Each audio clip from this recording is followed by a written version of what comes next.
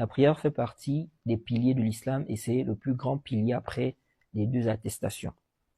Donc, ça fait partie des choses qui font en sorte que tu es quoi? Que tu deviennes pieux.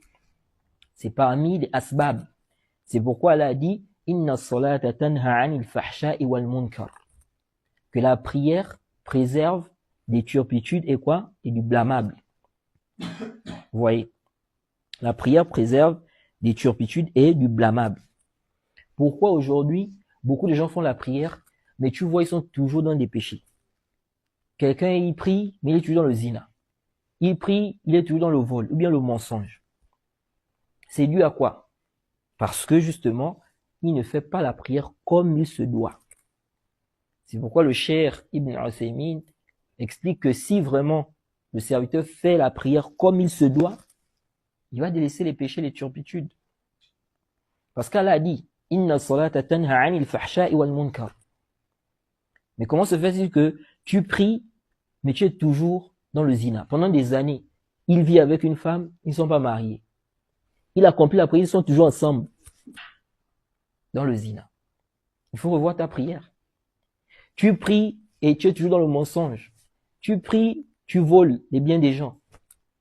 Il faut revoir ta prière. Quelqu'un aujourd'hui, vous allez voir des gens, parfois ils rentrent dans la prière. La façon dont il va prier, toi-même tu es même étonné. Tu te demandes, est-ce qu'il a lu la Fatiha? Tu dis, est-ce que vraiment lui là, quand il a prié, il a lu la Fatiha?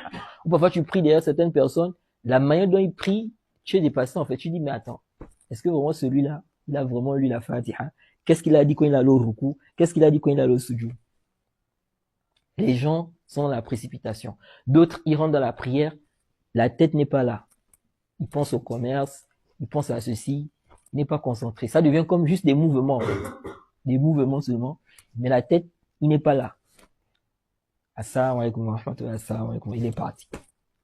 Et ça, c'est la prière qui va t'empêcher de tomber dans la turpitude. Donc, on doit faire des efforts aussi, n'est-ce pas, afin de se concentrer dans nos prières, afin de bien prier. Donc, parmi les choses qui vont t'aider à avoir la piété, c'est quoi? Arranger ta prière. Arranger ta prière. Les gens qui disent, ou ceux qui ont délaissé la prière, qui, lorsqu'on leur demande d'accomplir la prière, n'est-ce pas? Ou bien quand je veux faire ceci ou cela, je vais reprendre la prière. Non. Commence déjà à prier. Parce qu'à travers cette prière-là, ça va t'emmener, n'est-ce pas, à délaisser ce qui est mauvais. Si tu fais ça correctement. Donc c'est parmi les choses qui aident à la piété.